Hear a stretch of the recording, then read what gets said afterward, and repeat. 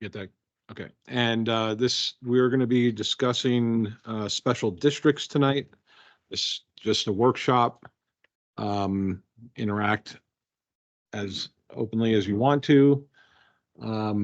First item to bring up is in the past, we have discussed working with Monument Sanitation and trying to bring them into the town. But before we bring that any further, is there anything that Allison would like to address regarding our conversation about Monument Sanitation? I would. Thank you, Mr. Mayor. So I just want to remind the council that our firm serves as general counsel to the Monument Sanitation District, in addition to representing the town. So if the town enters into negotiations with the sanitation district, we won't be able to advocate on behalf of either party during those negotiations. We would be able to draft any agreement according to the terms that you reach, and we would get a conflict of interest waiver for that. And if an adverse relationship were to develop between the two parties, we would have to withdraw from assisting either party on that matter. Okay. So basically the conversation has been held a couple of times. It's been two years at least. At least. Yes. Where Mr. Foreman and previous Mayor Don Wilson talked to their board about the possibility of folding into the town. So there'd be one water and sanitation district, one bill that would go to the customers. There would be some economies of scale that would be, recouped and captured and passed on to the customers of Monument Sanitation and Monument's water customers. Didn't go anywhere. And then Councilmember Chronic and I met with them, last summer? Because it was hot. It was hot. We were outside at Black Forest Cafe and we met with the board president, Dan Hamilton, and one of the members, John Howe, to discuss the same thing. It didn't really go anywhere, but it's something that we'd like to look into again. And this would be something that Mr. Foreman would initiate and get electeds in as required. Right, definitely. But we can discuss any board direction when we're in actual meeting. Do you want to add anything? Yeah, one of the other things is I'd like to, in the board meeting, either today, tonight, or in the future, I'd like to get some direction on audits that are filed by the district being presented to the council. I'd like to be able to get those district audits with all the districts in the town of Monument presented to the council, have the council review them with their town attorney. And that's all the districts. So I'd like to get some direction to be able to have them file those reports with the town and have the town council review all of those. I'm up for that. And should I elaborate a little bit on that? Yes, sir. Okay, so, yeah, so the Village Center Metro District had I don't know if it was an annual meeting or a regular scheduled meeting, but it had to do with the perimeter wall that went up around the development. And apparently even before any of us got here, that wall was a big point of consternation because of the cost, the quality, the poor installation.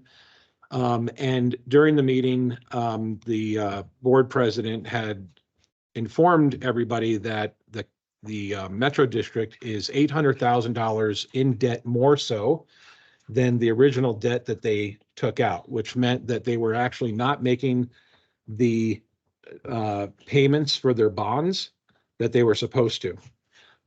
They also came back to the town council, I think it was around 2018, to ask for a mill levy increase because they forgot to add O&M. And so they maxed out at the 50 mills when they added 15 mills of O&M, and they still were not paying their bond debt down. Right. So when they had this meeting 8 months ago, I think so. 10 months ago, They told the members of the Metro District that they were 800,000 further in debt than they started off. So got to thinking that unfair to the citizens that live there, that their Metro District is not paying down the infrastructure debt that they took out, and they continue to pay some of the highest mill levies in the town for their Metro District debt, that we would start looking at auditing these Metro Districts to make sure that they're doing what they're supposed to be doing. And I think, Yeah, Mayor, and metro districts are quasi-governmental agencies, and they have to have permission to collect tax from the municipality. So we're kind of the oversight for that. right, and Mayor, did you want to go into details about the agreement they have with the town on road maintenance? Sure. So in our minimal investigation, it was discovered that at some point an IGA, or is it an MOU? It's an IGA. An IGA. No, I'm sorry, it's an MOU. Okay, so an MOU was signed between the Metro District and the town, where the Metro District would pay an additional $25,000 a year to the town. There's about 7 years, maybe 6 years left on that agreement for road maintenance. And it only included 3 of the 4 filings. So all 4 filings have to pay out of their mill levy this $25,000 fee for road maintenance to the town, and also pay their mill levy to the town, which includes road maintenance. So they're being double taxed on roads. And only 3 of the 4 filings will get their roads redone in the course of that 10 years.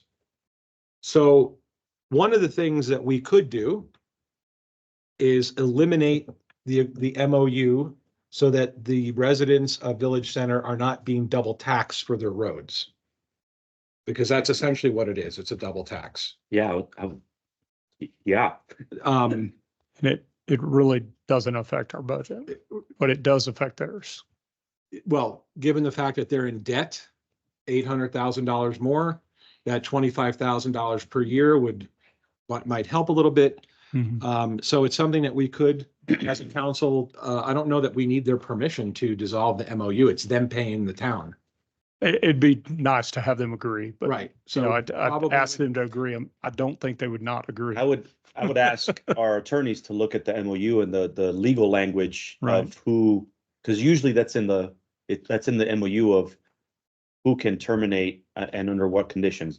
Does it not, or no? Right, we would definitely want to look at it because Mhm. even though it's called an MOU, it could be a binding contract. So, but it does sound like there would be a lot of reasons for them to agree to this.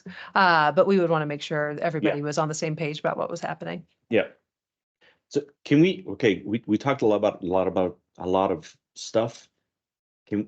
Let's back up a second. So, all right.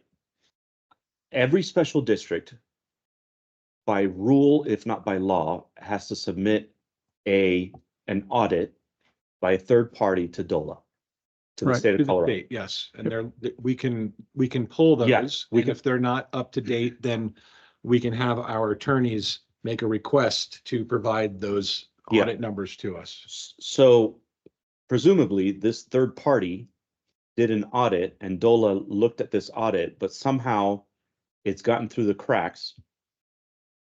I think if let memory serves, because I looked at a lot of these, they actually can ask for them not to conduct the audit and get a waiver. Because They don't want. there's something on the DOLA website when you look up metro districts where there's a certain years where they have said, and this goes across to other metro districts where they have asked for a waiver. Get an Yeah, exemption. an exemption. Thank you. Yeah.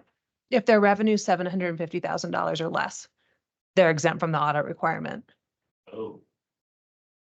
And presumably Village Estate, Village Center. Village Center. I don't know if Village Estate, that's separate. I That's don't know. separate, I okay. don't think they're not the same. Okay, so let's start in the basics. We're talking about Village Center Metro, Metro District that has sub-districts. no. Okay, how many districts are we talking One about? district, 4 filings in the district. But they each have a budget? No, No, they don't. But when they wrote this MOU, the road for this agreement for the roads, They left they that. left the fourth filing out of it. Okay, all right. Thank you. Okay. Clear as Mississippi mud. Copy all. Okay.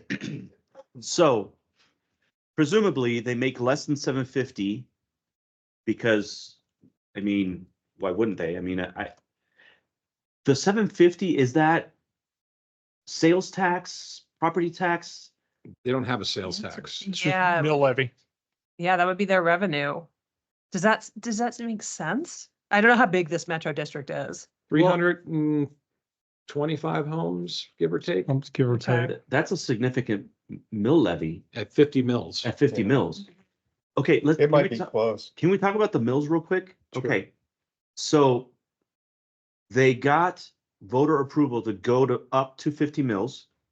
Did I understand it correctly? Well, the Educate me. service agreement, original service agreement allowed up to, Yeah, at first blush, they asked the town for 35. okay, And some years later, they said, oops, we forgot operations and maintenance. And there was a whole thing about who was. It is an planning- IGA. I'm fixing to email all of you this Okay. and I'm going to copy Bob and everybody so that you can have all this. I've got their MD service plan, their transparent notice, their annual district notice, and the IGA with the town and their issuance of general obligation bonds. I'm going to send you a lot of documents to Okay. review. So anyway, at some point, they said, we forgot the operations and maintenance. They asked the town to increase it 15 mils, which is part of their service plan. And the town did. but if you increase mills, doesn't Tabor mandate that you go to the voters? Yes. Well, I guess not if the 50 was previously approved. So, But if, on that note, I could tell you that over the last couple of years, they did not go to the voters to increase their mills over their cap to 57. And then they lowered it back down this year to 50. okay, I'm gonna regret asking this. I'm probably not gonna, I hope I don't have an answer. How, and maybe this is a question for the attorney, how do you increase mills without showing the county and the state that the voters approved? Like, I thought that was law. So you need voter approval, but what happens oftentimes with these developer districts is they get voter approval when they're the only voter. So before you have homeowners, I don't know that that's what happened here, but that's typically how it Well, works. this development goes back to 07. Okay, And I believe the recent adjustment was made due to the Gallagher Amendment being canceled, being, mhm. turned over by the voters. And so there was some flexibility. I don't know if it was legal or not. They claimed their ability to raise it to 57 was. That remains to be seen. If we were to determine through an audit that they violated Tabor, then they would have to refund people the difference, I imagine. I mean, most likely the ballot question was drafted in the, broadest, most favorable way possible. There was no Considering- option to raise the mills. How is that? Like, There was none. my head hurts. But it could have been the original question, when the district was organized, when the developer was the only owner of the Uh-huh. property, could have been drafted in a way to say, do you authorize the district to fluctuate its mill levy so that it can collect enough revenue to meet the But debt doesn't the service service agreement, what trumps what? Because the service agreement with the town says it's capped at 50. I would, and that's statutory too. So I would think that would control, but we would have to look at Aren't this. you glad you came? I missed you guys. If I were, like, I don't. But I think that's a and I good don't wanna question. Send you down a rabbit hole. Really, it's him going down the rabbit hole. Too late, too late. To the council, is this something that we want to ask our attorneys to dig up, or should this, like, do we go to DOLA saying, hey, what gives? How did this happen? Like, what's the process? If we were to go down this rabbit hole, like, how would we, as a council, advocate for the citizens of Village Center to say, how did this go through? Like, give us the play-by-play where DOLA, Right. don't I think we understand. need to first look at their ballot questions. Let's see what they're authorized to do. And then go from there. Yeah, so in, Yeah, we'll I'm probably looking be at, going down rabbit holes for all these. metro I'm looking at DOLA's website. Village Center was 35 from 2012 through 2018, 50 mills from 2019 through 2020, and then 53.8 mills for 2022 and 57.2 mills for 2023. So yeah, 57.2 for last year. And it's been updated since. And their dollars fluctuate too, because the assessed value of Village Center was 12.299 million, and it dropped this year when the mill levies went up. So I don't know how that works, but I think the bottom line is we want to look into this, figure out why they're in debt, have the town discuss with them. We want to audit them and figure out how we get them back on track so that they're paying their debt off. During the research last year, we came up with 24 documents that address this. And so I sent all those to each one of you, Okay. and I also sent them to. Well, he just wrote the email, Will. Wasn't Oh, Jim involved in that? I also sent them. Jim will have to tell you what years he was the president of the Metro District. I do not know. Because he might have some insight on that. Right, 57. can we, okay. There's several audit companies, because it's big business to audit special districts and I imagine, right? Can we engage an auditing company that maybe you guys know about or that Mike knows about that is reliable, that has a good track record, that we can, is it possible to audit them with a third-party company? To do like a forensic audit? Yeah, that sounds like a lot. That sounds like a lot of money. Yeah, I was gonna say, I think you want to look into it in 2024 and let's find out how much it's gonna cost and everything like that. Explore. And then budget it for 2025 if that's something the council decides they want to do.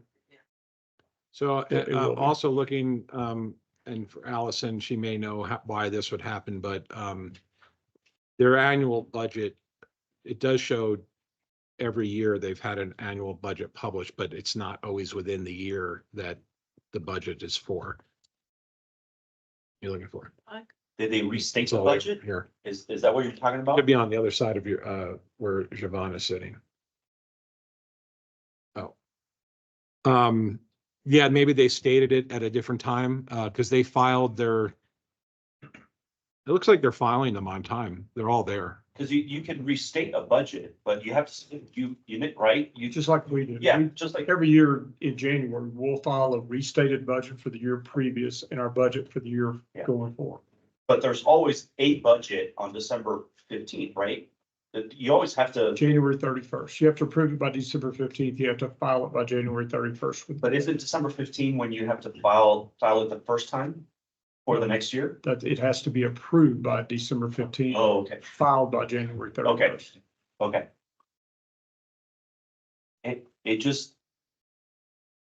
It just seems like Calendar.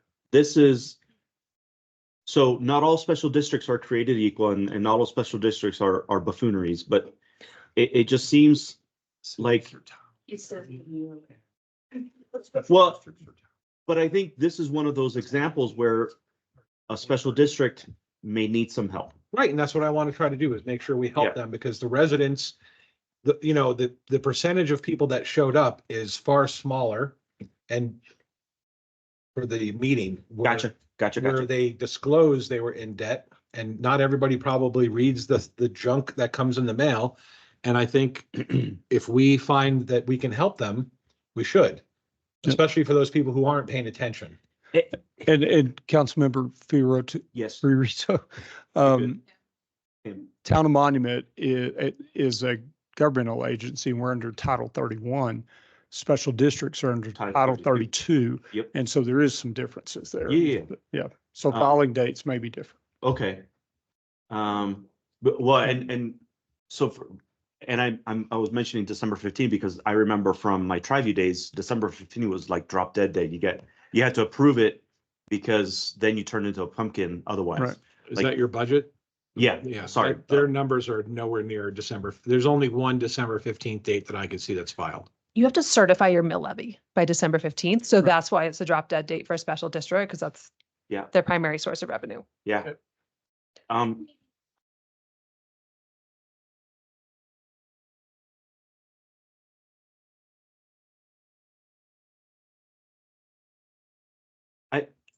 Well, I mean, Mr. Foreman's gonna have to let us know if staff has the ability to, and if they don't, and they No, don't want part of it, we contract it out. We have to figure out what that would cost.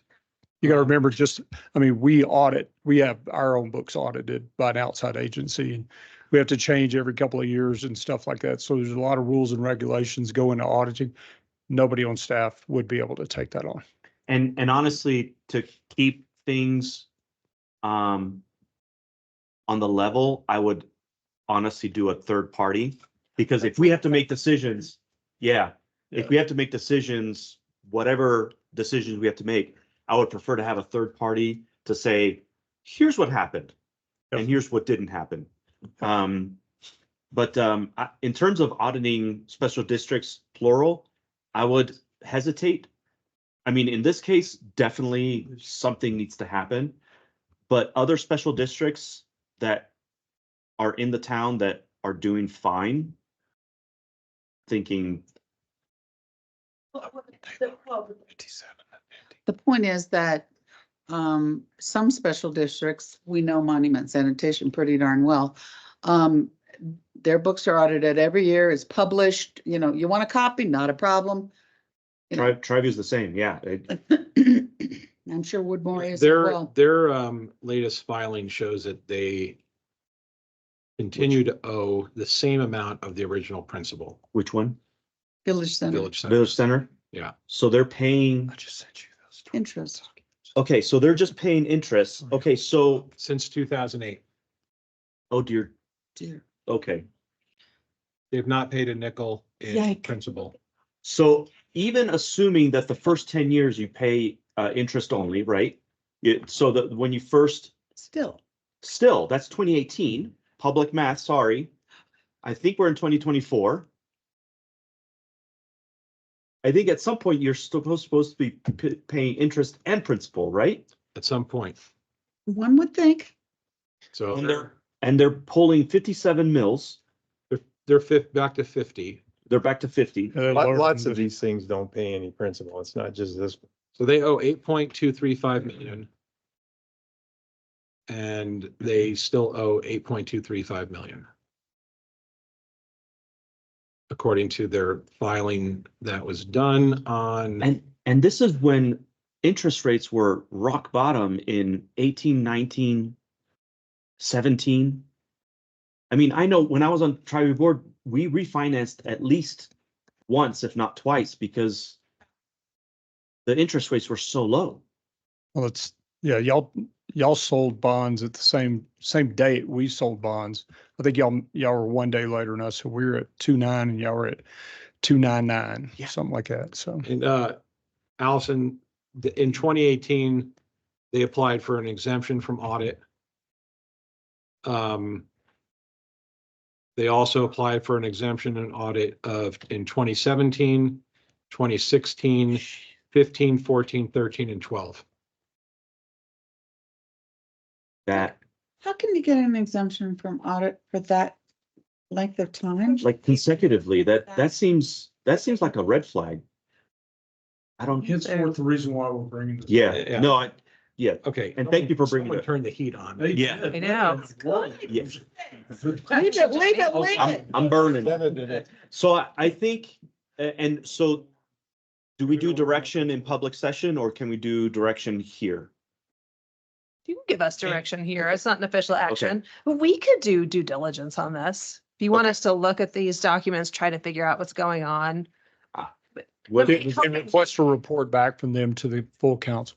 Yeah. I During think- a- during I a think if we regular meeting. can have due diligence done to see if we can figure out how we can help them, and then we invite them in to have a conversation in front of the council about what our findings are. can we also explore the costs of auditing by a Yes. third party? If we Okay. could, She's talking forensic. You could probably Well- do a work session with them, with their board. Yeah. let's do like let's explore a basic audit. And if the auditors, and these guys are good, if they find some squirrely stuff, then maybe we can explore a forensic audit. But I think we start with a normal audit, like, I don't, And who are you suggesting? I think we find, I don't know, the company that we use, maybe if they're good, a That's company. still, that's a Fox and Hen House kind of thing still. Yeah, yeah, Yeah. Because we're in the lead, I have to check with Mona, but I believe we're nearing the end of our relationship. We have to change auditors, so. okay. Let's, ask 2 or 3 companies, hey, how much would you charge that we've never worked with before? Well, we could do the ones we did before that we, Okay, yeah, I mean, and see how much they charge for I guess, a normal audit. I don't know what to call it, an audit. And then if they find something squirrely, then, well, if we go with an audit, But don't they have, okay. don't they have, to have them audited anyway? I mean, can't we use their audit? yeah, but they're skipping audits. They're getting waivers. Mitch, So just- we don't know that they If you- have if a- you just search DOLA special districts, it'll let you type in the name of every district and it will bring up everything you need to know about them. So that, They're all- so what they're asking for an exemption from is from the audit, not from filing with DOLA. Correct, but that's Okay. what they're filing is the exemption.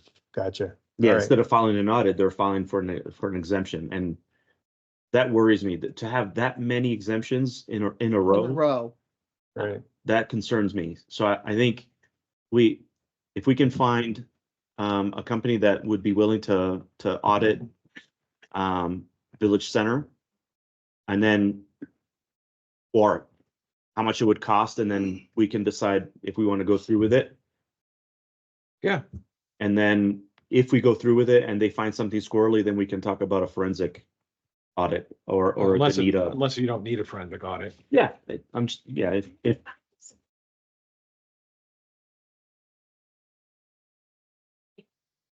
So, yeah, the number of them Yes, sir. isn't a red flag to me in and of itself. So the requirement is if neither the district's revenues nor expenditures exceed 750,000 for the fiscal year, Okay, an audit exemption may be sought. So if they meet that requirement, then, it's not a big deal. but revenues or expenditures, Mm-hmm. It's kind of if murky. you have bonds for 8 million, Your revenue's got. to at what percentage point? Let's say 50 5, mils. right? Oh, no, yeah, I see where you're going. Pick a number, 5%, public math, interest only. Isn't that more than 750? Just saying. I mean, I don't do Yeah. math. I'm a history major. I do words, not numbers. No, I mean, you're correct, though. I mean, it's a great I mean- assumption that they're spending more than $750,000 a year just paying bond debt. They're not paying it, so. Well, interest. Pay interest. Yeah, interest, bond debt interest.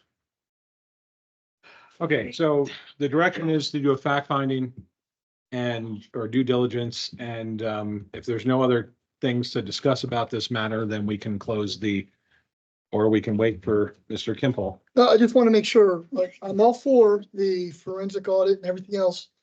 And having them come here simultaneously to hear the findings. But I would also like to make sure that we ask or encourage them to come forth and say, what is your plan?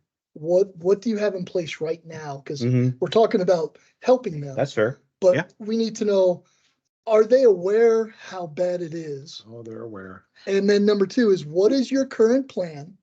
And what course corrections are you going to implement or thinking about implementing? So we're not starting from scratch on everything. Isn't That's there, fair. isn't there a new board in place right now? There is a new board. Well, there's one new board member. That's the same president for the last, well, it's at least since I've been here. Yeah, as long as, So they don't have term limits? I don't, Okay, I don't, that's fair. right. Are there any more, are any of the developers still on board? No. No, that developer actually gave up on the development and they had another developer come in after that was all formed. And Mr. Romanello, if he was here, could elaborate because he was very tied to it when it formed. So, So getting back to a little bit of direction on the money that they pay for road improvement. you want that Yes. during the meeting or after or right now? Do you just want me to work with Bob on what it would take to eliminate that Mm-hmm. and report back to the council? Yes, that would be good. And then if we do, and we do have a conversation with said board members, we should let them know that if we were to eliminate their paying that IGA. to the town, that it would be going towards their principal. Yeah, that part of that get well plan, right? Right. That Ken is talking about is, hey, we're gonna help you out. We're probably gonna get rid of your IGA because your roads are taken care of. So with this extra money, that's not really extra, but with this piece of money that you're no longer using for roads, what's your plan? Is it to put the principal? Hint. Yeah, I think having them here, like show themselves, whoever wants to speak on their behalf is gonna be huge. Cause then it's gonna show that we are watching and paying attention and you need to account for what you're doing or you're not doing. Do we want to make sure they're not supplanting too? Remember, we get into that issue of supplanting where, well, they take that 25,000 and pay debt, but then what they were paying debt, they use that to improve landscaping. Yeah, Well, that should go right, that should go directly to principal. Who? The accounting office, who's their, accounting, yeah, don't they have, aren't they? I don't know who they're accounting. probably, they probably don't have. They have a property management company that may be helping Diversified Properties is their, They use QuickBooks. well, they don't, it's not really, it's a property management company. It's not really an HOA, but they manage. They also are an HOA, by the way. Yeah. It's Mike's HOA. It is, it's weird. I get two letters from Diversified. I get one for the district, I get one for my HOA. But this all, just so we're clear on how this all came up, this all stemmed not just from hearing about their monetary issues, but in recent news, Flying Horse made the paper for the fact that their board members consisted of only the builder. And they had to go to court and there was a lot of problems with it. And while the closest where that's happening again is not in the town, it's abutting the town, and that's Forest Lakes. Forest Lakes, Mhm. where all of the officers for all 4 sub-districts within Forest Lakes are the builder. Well, let's just be clear, though. It's the developer, not the builder. Sorry, the It's a developer. landowner. The landowner, right, the Right. developer. So, So what we don't want to do is see a repeat of what's going on in Flying Horse. We want to make sure that our metro districts are healthy and that they're paying their debt down, because otherwise the residents are throwing money at debt that never gets paid off, and that's not right. Do we know for certain that we've been receiving the payment from the IGA? Are we getting the 25,000? We do, we get it annually. Okay.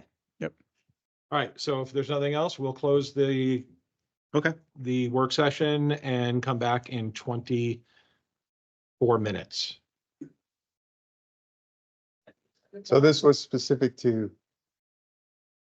Village Center, not necessarily to Monument Sanitation, or, Well, we started off with monument sanitation. but that, I mean, and that, but that part's done. that part has been done. In Okay. fact, Mike segued us in. I wasn't expecting it, but he segued us right out of it into the Metro District. That's why I was wondering if we had the segue back, so. I don't think We're done? I think we're done. Okay. Well, if I may, but I'm sorry, but the meeting that you and I had was an attempt to get a response from them where we had, for them to get a response from us, because a letter had been written from Monument Sanitation District to the town asking for certain things to be clarified or Do whatever. you have that letter?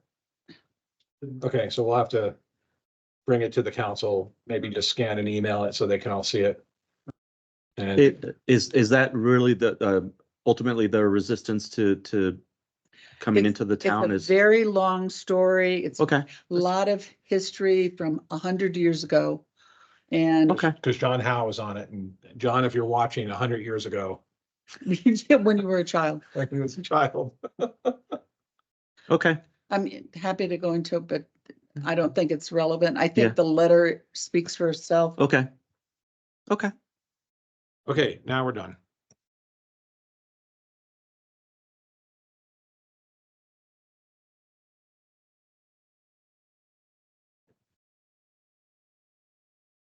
I call to order this regular meeting of the Monument Town Council, April 1st, 2024. Please stand for the Pledge of Allegiance.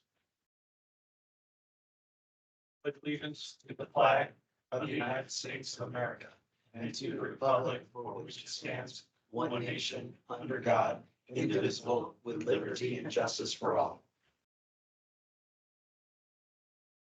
Okay.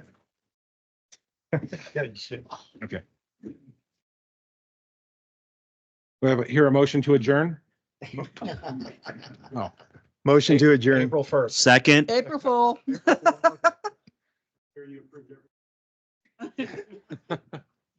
One fell swoop. Okay, first up, disclosures of conflicts of interest. I don't believe we have any this week. Is that correct, Allison? That's correct. Okay, Oh, we'll do yes. that. We should take roll call. Well, we already took roll and They're goofy. Councilmember Chronic, Here. Councilmember Romanella, here. Mayor Pro Tem King, Here. Councilmember Abbott, Here. Councilmember Fiorito, Present. Mayor LaKind, Here. Councilmember Kimple. Here. Thank you. All right. Thank you. Before us, we have an agenda and a consent agenda. Are there any modifications to the agenda? If not, I will look for a motion. Move to approve the agenda as presented. Second. We have a motion in 18 seconds. Ms. Erickson. Come on. Working on it, geez. Mayor Pro Tem King, Yes. Councilmember Kimple, Yes. Mayor LaKind, Yes? Councilmember Fiorito, Aye. Councilmember Abbott, Yes. Councilmember Chronic, Yes. Councilmember Romanella. Yes. Thank you. So Will, in our earlier conversation about artificial intelligence, I think the first person that will get to use it will be Ms. Erickson in the random generators of who calls out who. Yes, sir. All right. First up, we have proclamation 5A, Child Abuse Prevention Month proclamation, and we have Katrina Jones and Catania Jones and Katrina Lodice from El Paso County Department of Human Services. But I am here. Okay. Welcome. Welcome. Well, thank you, Mayor Pro Tem and council members. Child Abuse Prevention Month is very important, and it really is a cornerstone to a safe and strong community, and one that I know Monument and the entire region embraces. And just to give you an idea of what child abuse and neglect looks in the county as a whole, as of March 22nd, almost 6,000 calls had been made this year to the Child Abuse and Neglect Reporting Hotline about El Paso County children. But the good news, even though that sounds like a really big number, is that it's fairly easy for every single person in this room to play a role in preventing child abuse and neglect, because it's all about supporting families, especially noticing people who might be struggling and connecting them to resources. And I know the Pikes Peak Library District is here, as well as Charlotte Cares. Those are two great resources for families who may be in need of some support, help, or, you know, even a place to go to read a book or access computers. I know they do a lot. And I know the staff at El Paso County Department of Human Services really does focus on working towards the safety, permanency, and well-being of all children in our community. And they couldn't do that critical work without the support of all of you and everyone else in the community, because it really does take a strong community to help support those who really need extra help. And so, you know, extra ways to help, offer to babysit, you know, take some pressure off a parent who may be struggling, connect them to resources. And of course, anyone can call the state reporting hotline. That's 1-844-CO4-KIDS. And it's answered 24 hours a day, 7 days a week, even on April Fool's Day. And we don't expect everyone to know what child abuse or neglect looks like, but you know when you have a concern or a worry about a parent or a child. And that's what we need to know, because if a family is struggling, a lot of times it's as simple as the Department of Human Services reaching out and connecting them to resources, whether that's food assistance or other supports to deal with specific problems that family may be struggling with. It's not always about us swooping in and trying to pull a kid from a really dangerous situation. We really do focus on keeping families intact and providing them with the services and support so that children are safe and families can be stronger and safer together. So today, of course, in light of Child Abuse and Neglect Prevention Month, I brought pinwheels for all of you, and I brought enough for everyone else. And pinwheels are really the symbol of a happy, carefree childhood we want for all children. So you can stick them on your desk, stick them in the ground in front of your house. Now, who doesn't like a pinwheel, right? So if you have any questions or anything, I might be able to answer some of those as well. Thank you. Thank you.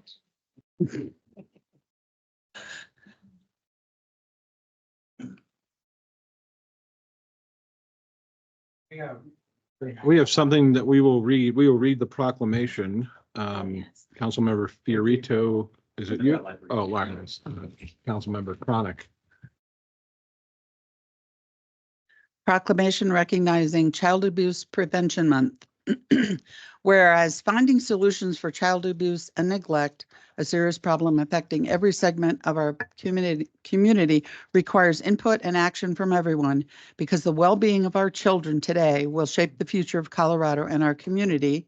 And whereas childhood trauma can have long-term psychological, emotional, and physical effects that have lasting consequences for victims of abuse and neglect, and whereas all parents and caregivers need support sometimes, and supporting all children and families early is far less costly to society and individuals than healing from trauma, and whereas community leaders, policymakers, and elected officials play a unique role in building a community for kids by understanding the programs and policies that support child maltreatment prevention, listening to parents' needs, and examining community planning through this lens to build healthy communities. And whereas effective prevention efforts succeed because of partnerships created among human service agencies, public health, the district attorney's office, schools, faith and civic organizations, the medical community, law enforcement and first responder agencies, the business community, nonprofits, and concerned citizens. And whereas everyone plays a role in preventing child abuse and neglect, helping to build thriving communities so that families and children may also survive. Now, therefore, the Monument Town Council hereby proclaims April as Child Abuse Prevention Month in El Paso County. No matter where you live, everyone has the power to contribute towards a brighter tomorrow for all our children, done this first day of April 2024. Thank you. Thank you. Thank you. That's-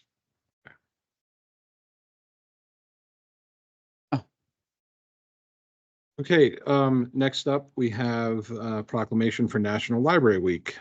And who do we have visiting us from the library? This is, so I am Jean Doherty and I'm the branch manager at both Monument and Palmer Lake. And I'd like to introduce the rest of the people that I have here, too.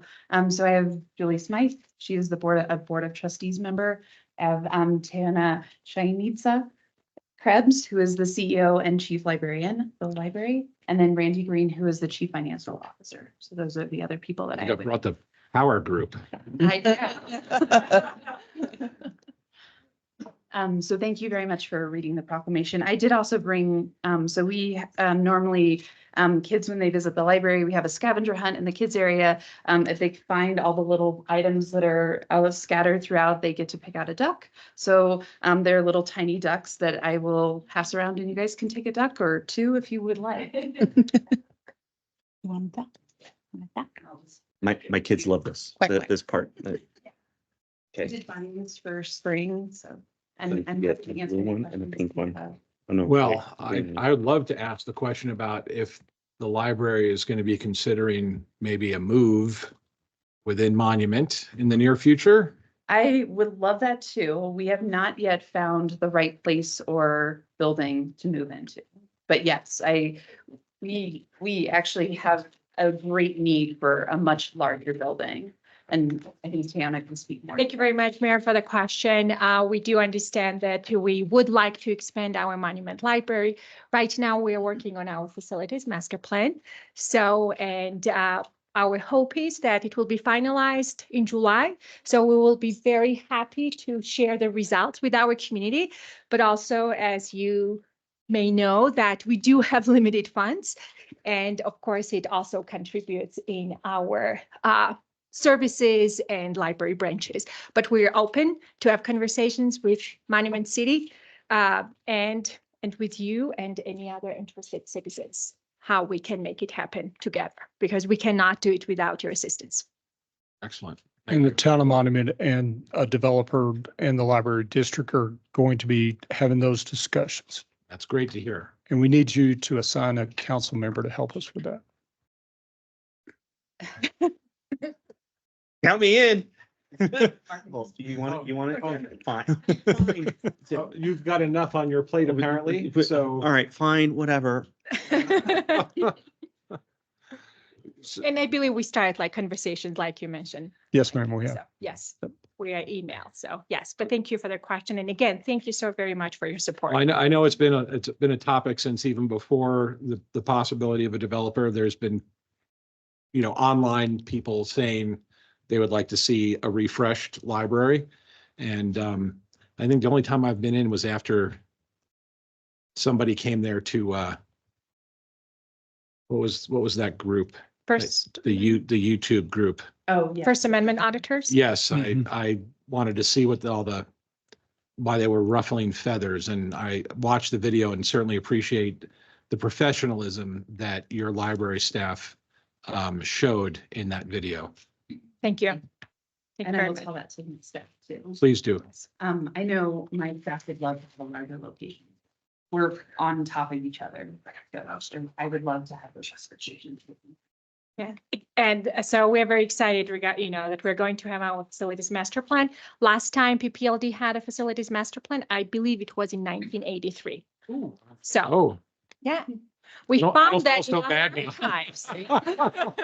I don't feel bad about ours. So I didn't know about that, but our amazing team in regional history and genealogy found that actually in archives, and it was fascinating to see that document.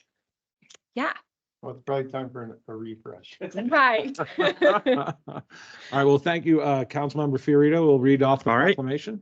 Thank Okay. you very much. Thank you. Proclamation recognizing National Library Week, April 7 through 13, 2024. Whereas today's libraries are more about what they can do with and for the communities and not just about what they have on the shelves. They provide the opportunity for everyone to pursue their passions and engage in lifelong learning by cultivating spaces for belonging, personal growth, and strong communities. Whereas libraries have long served as trusted institutions, often the heart of their cities, towns, schools, and academic campuses.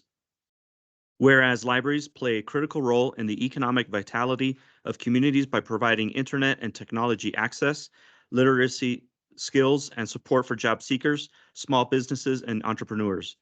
Whereas we recognize librarians as information professionals who provide expertise, services, and guidance for patrons to access credible sources and material, making their own informed decisions about the world today.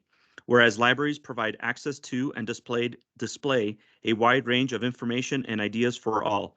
Whereas libraries are accessible places that promote a sense of local connection, advancing understanding, civic engagement, and shared community goals.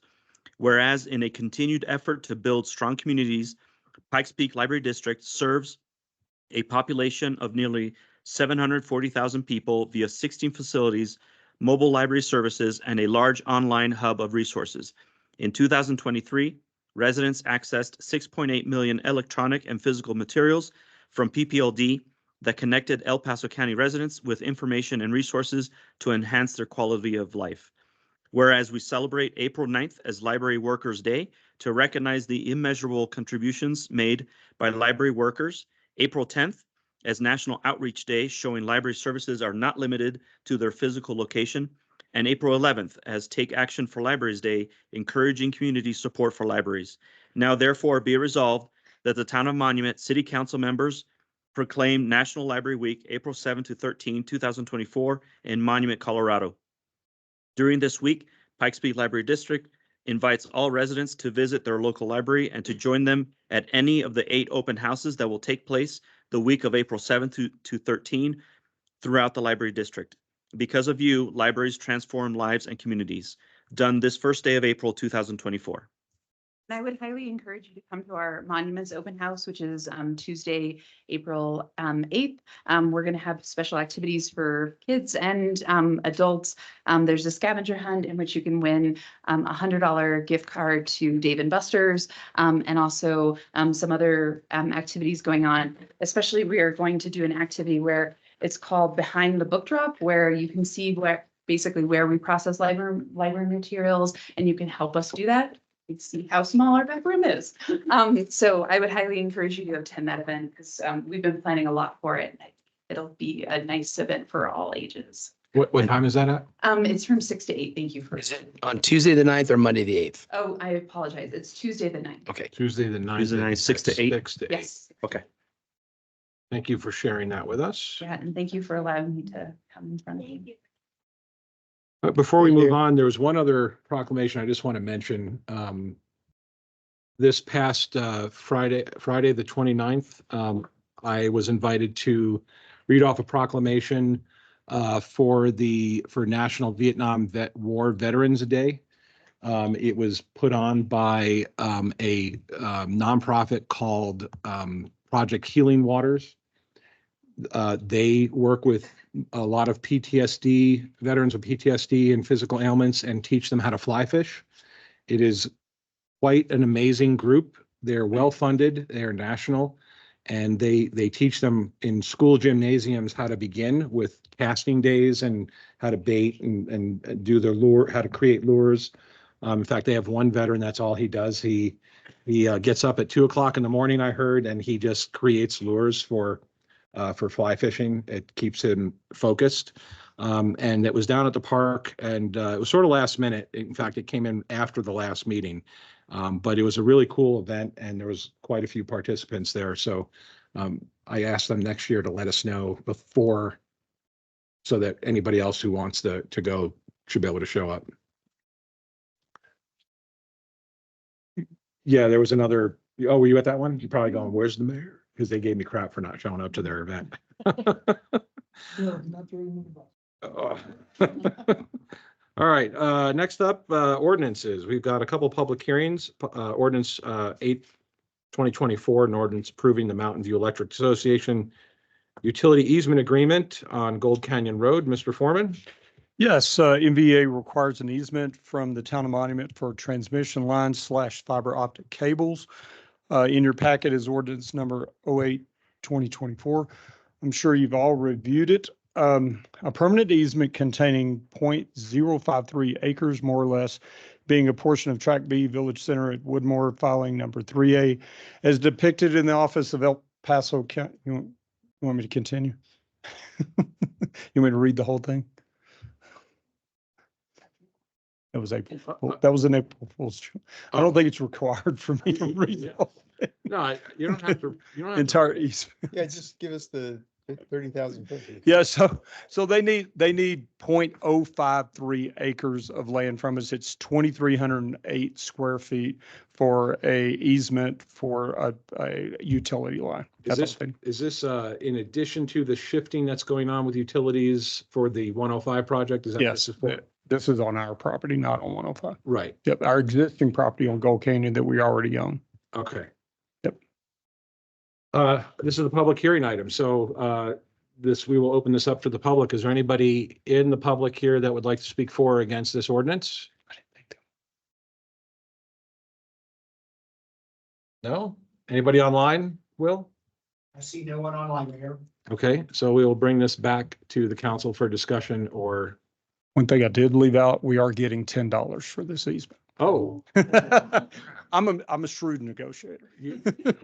So what does this restrict us from putting on top of it? Just hard surface material? Yes, sir. Okay. Just like it's just like any easement. And they currently have an easement in a location near there. They just need to move that easement to this area. It's right along 105 though. Exactly. Yep, So it goes just south of there. we couldn't put a traffic light up if we wanted to on, No, No. not right there. right, okay. Is it gonna be like fenced or no? No, there'll, It's on Everything's underground. yeah, So all in, it's okay. there'll utility. probably be a utility box there. Oh, yeah, got it. yep. Okay. Okay, so any further discussion? If not, there's not along 105, and we can't even get them to put traffic control up, let alone. Yeah, if we were gonna put a sidewalk along there, it wouldn't go on top of the easement anyway, right? It would be off of probably, 15 feet from 105 or something, right? Right, exactly. Yep. 25 feet, I guess. This does not enter, the expansion of 105 in that area is to the north, correct? Yes. So then there you go. Had to think. All right, any other discussion? And I will look for a motion. I'll make a motion to approve ordinance, adopt or approve. Approve ordinance number 082-2024, an ordinance approving the Mountain View Electric Association Utility Easement Agreement. Second, We have a motion and a second. Ms. Erickson? Mayor Pro Tem King, yes. Councilmember Kimple, Yes. Mayor LaKind, Yes? Councilmember Fiorito, Aye. Councilmember Abbott, Yes. Councilmember Romanella. Yes. Councilmember Chronic. Yes. Thank you. That motion passes 7-0. Moving on to ordinance 09-2024, an ordinance changing the town council residential district boundaries and adding section 1.12050 to the Monument Municipal Code. Allison. In your packet is a memo from Bob Cole and an ordinance regarding the town council residential district boundaries. And tonight Connie is going to walk everybody through a presentation to explain how we got to this point. So Connie, I will turn it over to you.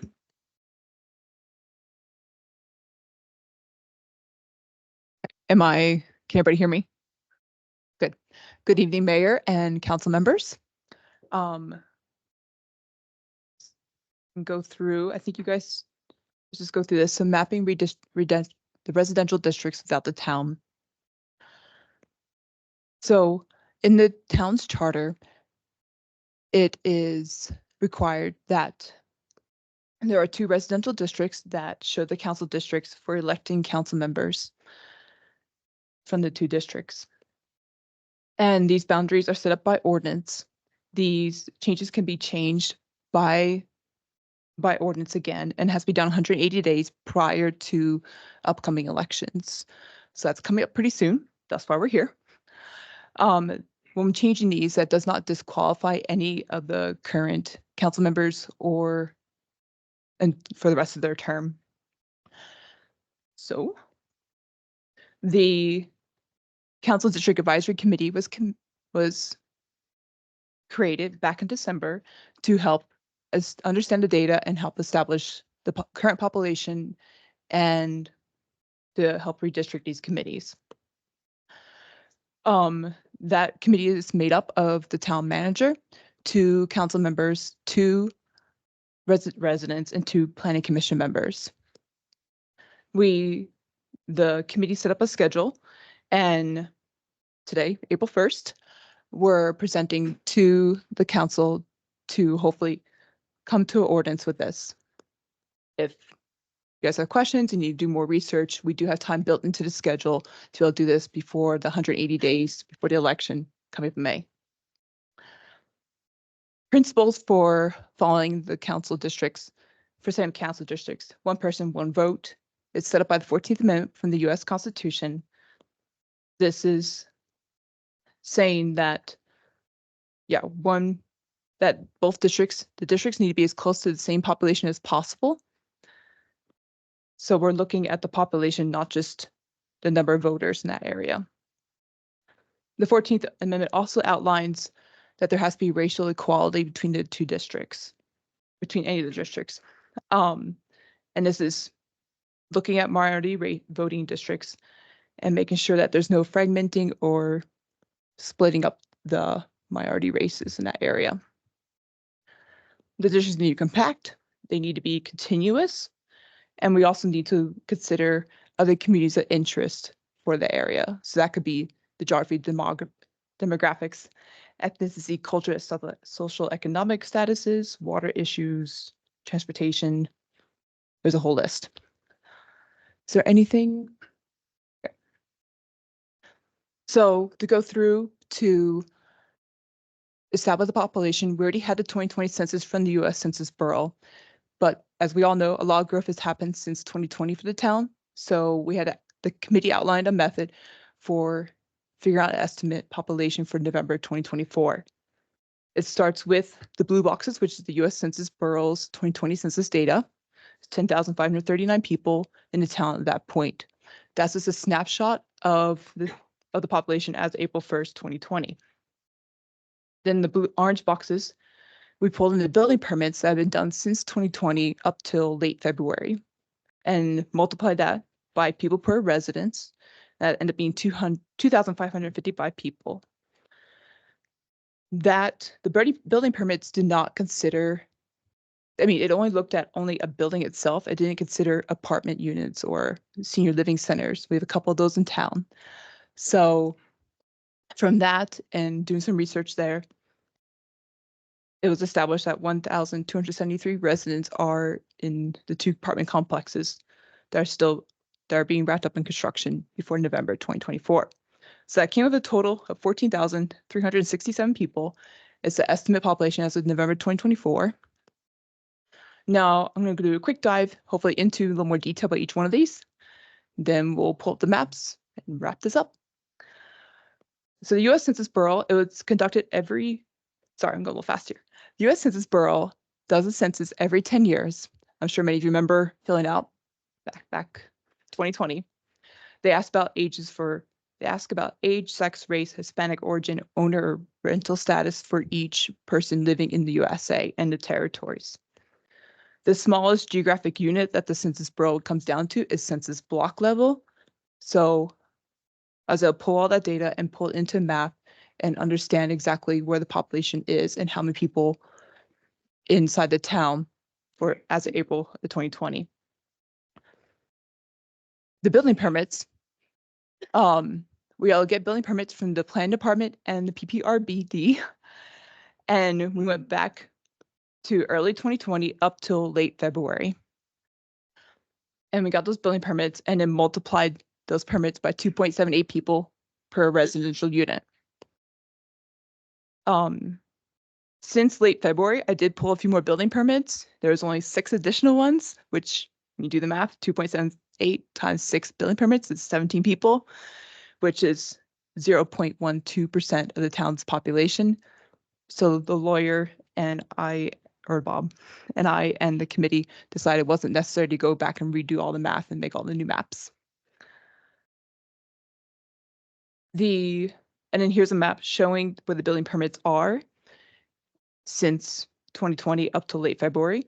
The orange dots show you each where the buildings are that have been constructed. So mostly Willow Springs, Jackson Creek area, and Sanctuary Point area. So then estimated population for the multifamily housing complexes. So there are 5 multiple family housing complexes, 2 senior living centers, and 3 apartment complexes in the town. The 2 senior citizen living centers and the 1 apartment complex were built and lived in as of April 2020. So that meant that just 2 apartment complexes we had to really consider and look at, because those other ones were considered in the 2020 census. So the one is the Marks at Monument Ridge and the Alta 25 luxury apartment homes. These have been constructed or in the middle of construction right now, but as in November 2024, the plan is that they should be built and ready to be lived in. So I went and called those complexes, found out the total unit count, and then did the math and found that there's probably going to be about 1,273 people in both those complexes. So add that into the numbers. How do we come to the average people per residence? The committee pulled together quite a few different sources for the county or for the town, from the U.S. Census Bureau or the state's demographer's office, and also some of the town's departments of what the average people per residential unit is. And they went with the 2.78. So that's kind of how we did all the math and all the work. We also need to consider, I forgot about this slide. So this one is showing the 2020 census population per the current 2 town districts. And just based off this information, this is not, of course, adding in what has been changed and what has grown since 2020. It's shown that there is a difference of 12% between the 2 districts, which is a pretty good size difference. So from this data, we knew that we really need to consider redistricting. So from that, the committee was like, okay, let's jump in and try to figure out what the new estimate population is, what has changed since 2020. So we also went ahead and considered race, because that's required. From the 2020 census, 84% of the town is white, and then 9% is Hispanic or Latino. Then all the other races are 2%, 1%, or 0% throughout the town.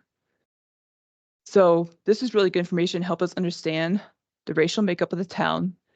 These maps now are showing where those races live, because we want to be very careful not to split a racial community in half and large communities in half. So this is the Hispanic or Latino area. The green and purple line is showing the 2 possible new districts. To help you understand that, here's the Black or African American areas where they're at, and then the Asian population. So moving on, that's kind of all the background data. I know it's a lot, but moving on. So what will the population of the distribution between the 2 council districts look like in November 2024? The current districts are showing this map. So the red and green dot lines are showing the current districts. And District 1 is 5,900, District 2 is 8,400. So there's about 17% difference. So with the town growth since 2020, you really could see that the districts have gone farther apart from being equal. So this really helps us understand that we need to redistrict. So the committee went through and understanding all this data, they outlined 2 possible new districts and really just moved the line over into Jackson Creek from Highway 25. So now District 1 is about 7,200 people, District 2, 7,131 people, so about 0.7 difference, which is right on point. Much more equal and better. So with these new districts, they help us, they satisfy the different principles that we need to hit, that we need to consider, and that we're legally required to hold to. So these 2 new districts do not disqualify any of the council members from their current appointments. It satisfies the 1 person, 1 vote that the population is about equal between the two districts, 0.7 difference. They are keeping large concentrations of racial minorities in same districts. They're not splitting those up. They are both about the same size and are continuous. So they're not, a little section here or there in some corner. They are also considering the communities of interest. So the town of Monument does provide the water, the roads, maintenance, recreational services, faculties, along with the majority of the sewer area for District 1. And so District 1 is mostly, the town is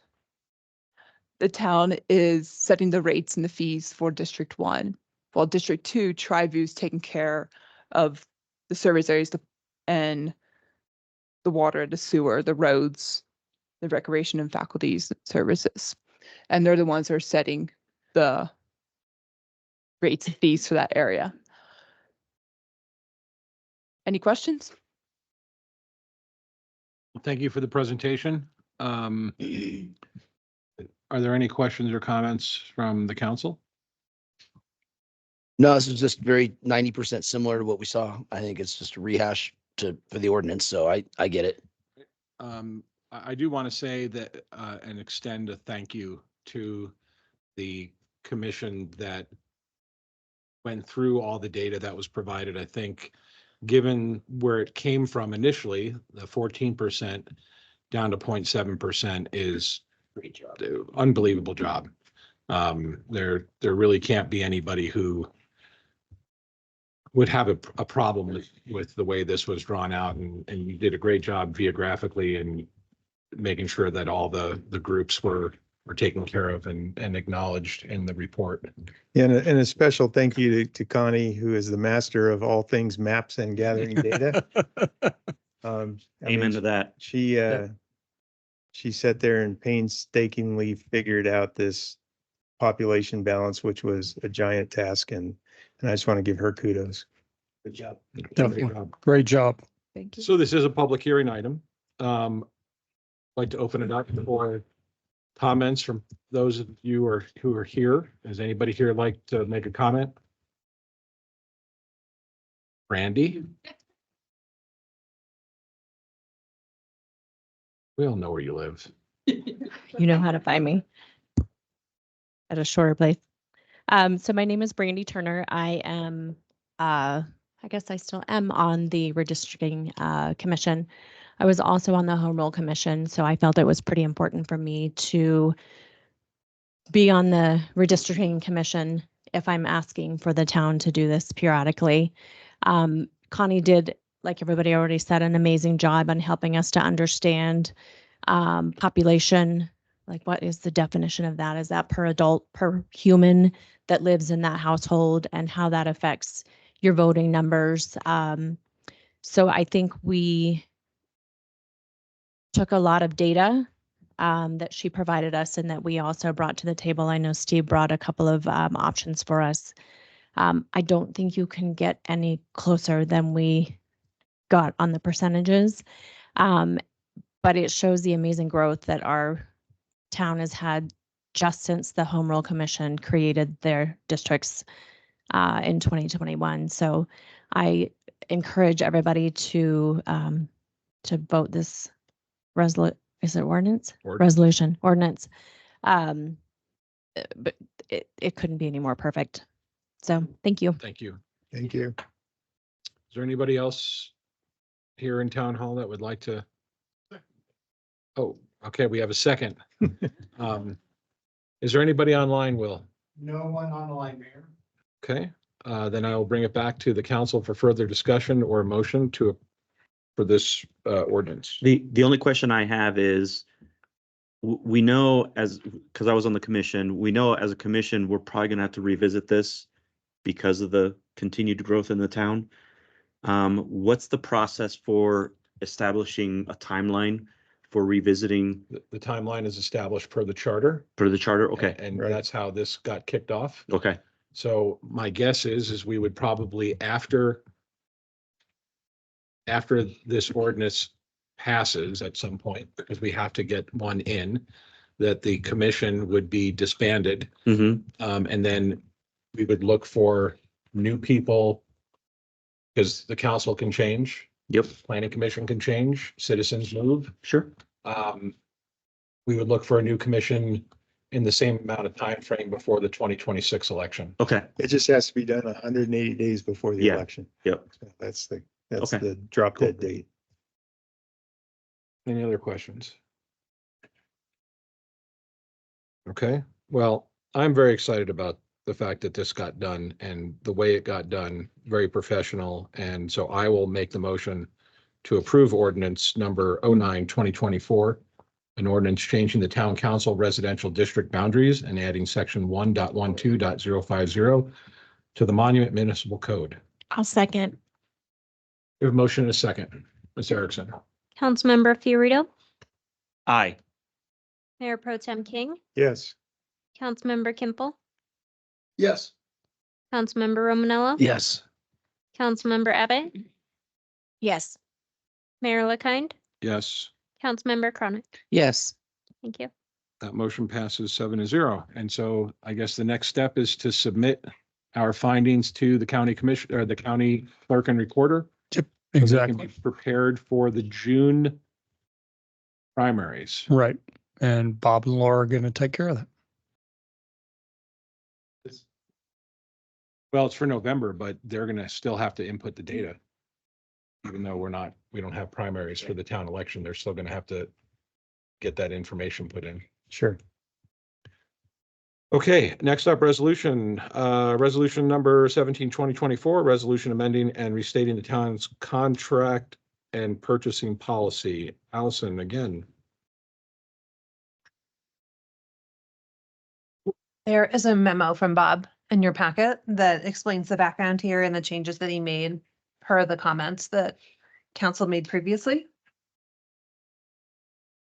I'm happy to answer any questions. Right, we saw this 2 weeks ago and the changes that were discussed were made. I saw all the red lines. This is just a resolution. Is there any comments or questions about the resolution as it's been restated?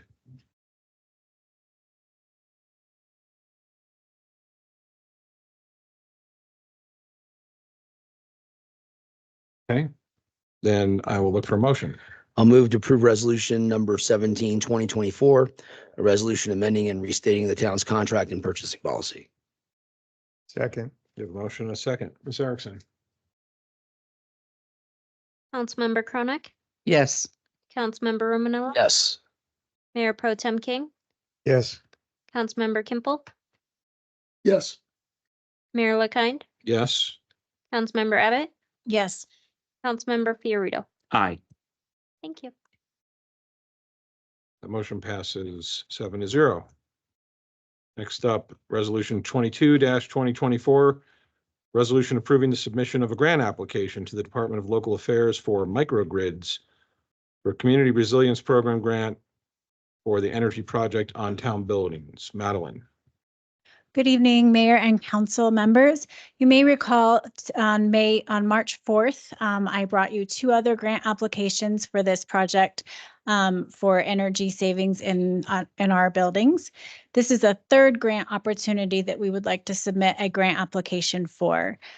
So similar to the other grants, this is about a $2.9 million project, and we're looking to get about roughly $1.5 million in grants for that. So I'm happy to answer any questions. This would be another application to the Department of Local Affairs. So we have one that we submitted today. This would be a second one to them. And what's the timing of to submit and their award? So the first one today was the submission due date for the Energy and Mineral Impact Grant. This microgrid one is due on a monthly basis. It's a rolling grant, so it's due monthly. So we'll probably have this in by early May. Oh, Verigy's here. Good, how are you? Okay, any questions or comments from the council on this? Okay, I will look for a motion. I move to approve resolution number 22-2024. A resolution approving the submission of a grant application to the Department of Local Affairs for a microgrids for Community Resilience Program grant for the energy project on Tom buildings. A second. We have motion from Ms. Erickson. Mayor Pro Tem King, Yes. Councilmember Chronic, Yes. Councilmember Fiorito, Yes. Councilmember Kimple, Yes. Mayor LaKind, Aye. Councilmember Abbott, Yes. Councilmember Romanella. Yes. Thank you. The motion passes 7-0. Next up, public comments. Individuals attending in person may raise their hand to indicate their desire to comment. Individuals attending via Teams may raise their hand digitally to comment via connected devices. Please lower your hand when finished with your comments. Comments are limited to 3 minutes. Do we have anybody here in Town Hall that would like to make a public comment?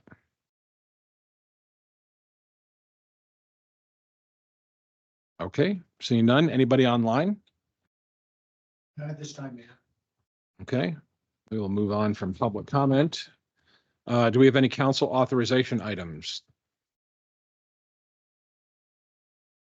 No? Okay, what about council comments? Anybody have any? I have two. You're It's allowed, 69 parts. you're allowed one. Go ahead. All right. First one is the easy one.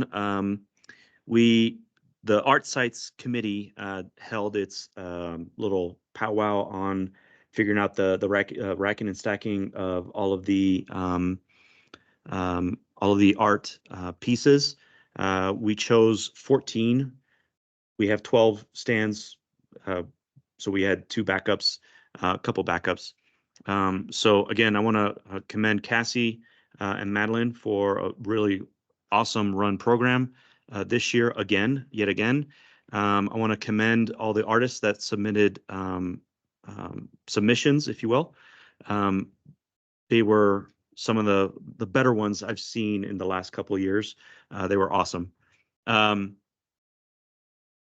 The next one, and I got my daughter involved as well on the process, so she loved it. Second thing, if we can look at this is for Mike and Tom, if we can look at or connect with CSU, they used to do the water tour. I don't know if they're doing it again. I've heard rumors it's on, it's off again. But if we can research that, it's a really great tour to do, not just for the water our water professionals, but also the board. And I really, really strongly recommend that the board, if they are doing it, that we do it as a board, as a working session. I think it's 2 days. I think 1 night, 2 days. And you start at the JD Phillips sewage plant, which is good. You start at the really stinky place. But then what's that? Right before breakfast. Right before breakfast, yes. But you start there, you go down to the SDS in Pueblo, and then you do this whole round tour of all of the CSU facilities that feed the CSU water. But it's good to see how CSU does things on the water side, and how it affects us in terms of feeding the larger area. So if we can research that, and hopefully they're doing it. They started back after they stopped during COVID, but I think they did one last year, didn't they, Tom? Yep. We'll look at that and get back to you on it. Okay, thank you. Any other council comments? I do have one. Thank you, Marco, for jogging my memory, but there is a renewable water facility in Castle Rock that I think we should look at and get a presentation from Mark, I believe it's Mark Marlowe. Tom, do you know him? Okay. He was the gentleman that spearheaded the whole effort. Took him, listen to this, decades to get it done, but it's done. It's gorgeous. Might be something we want to take a look at. And $60 million. Yeah. Mhm, yeah. Oh, just a drop in the bucket. Although, you know, they do have 85,000 people up there, so True that. it's a little bit different. But it's good to know what's out there and what Yeah, they've done and Absolutely. That'd be, learn what mistakes they made and how we can avoid them and blah, blah, blah, blah, blah. Right. that's I love that. Yeah, that's awesome. Yeah, they did spend a lot of time putting that together. Any other council comments? Okay, seeing none, we have an executive session tonight and we will be booting you all out so that we can hold our executive session. Thank you for coming tonight. So First, we gotta do the motion. And are you adjourning right after the, we will be adjourning right after the executive session. because it's going to be quick. We're not coming back in. So I have to get something notarized with Okay. her, so I will go in there with the document. You need a motion. yeah, need a motion. So I need a motion to move into executive Okay. session. I move to move into executive session pursuant to CRS 24-6-402, sub 4, sub A, and 24-6. We're still hosting a meeting. Thank you. 24-6-402, sub 4, sub E, concerning the purchase, acquisition, lease, transfer, or sale of real property, and to determine positions relative to matters that may be subject to negotiation, developing strategy for negotiations, and instructing negotiators. Second. We have a motion and a second. Ms. Erickson? Mayor Pro Tem King, Yes. Councilmember Romanella, Yes. Councilmember Kimple, Yes. Councilmember Abbott, Yes. Councilmember Chronic, Yes. Mayor LaKind, Yes. Councilmember Fiorito. Yes. Your AI generator puts me at the top most of the time.